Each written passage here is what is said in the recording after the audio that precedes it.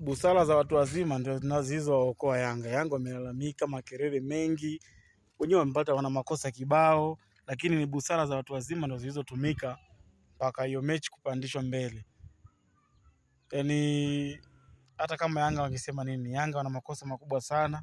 Kwanza wanapanga matokeo, wana vitu vingi sana ambavyo vinahujumu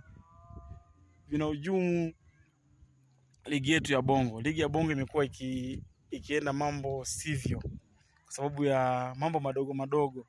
Yaani Simba na Yanga kama vile wao ndo wanaipanga hii ligi. Kwa sababu kama leo Azam naye akaja akafanya ujinga kama huo hapo ambao Yanga ameufanya, mimi naita ni ujinga. Leo ingekuwaje? Wangemsikiliza? Au labda tuseme let's say Namungo ndo kaongea, wangemsikiliza? Bodi ya ligi kukweli na serikali yetu nitakiwa iangalie, iweke bodi huru ambayo inajitegemea, isiwe inaingiana masuala ya serikali. Serikali ibaki serikali, mpira ubaki mpira. Sio unakuta mtu anaenda kulalamika hadi anapeleka matukio. Sijui mara Simba alipewa penalty, mara sijui alipewa goli ambalo sio. Yaani mambo mengi ya kitoto. Huo ni utoto, wana Yanga mtakiwa mkue. Ayasikieni kama zawadi kwenu. Utoto tu.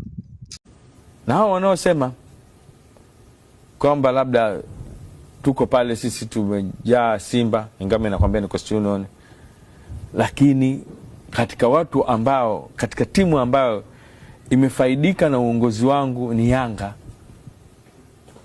Nimeirescue sana kwenye uongozi wangu kwa kipindi hiki wanachopitia, na viongozi wenyewe wanajua.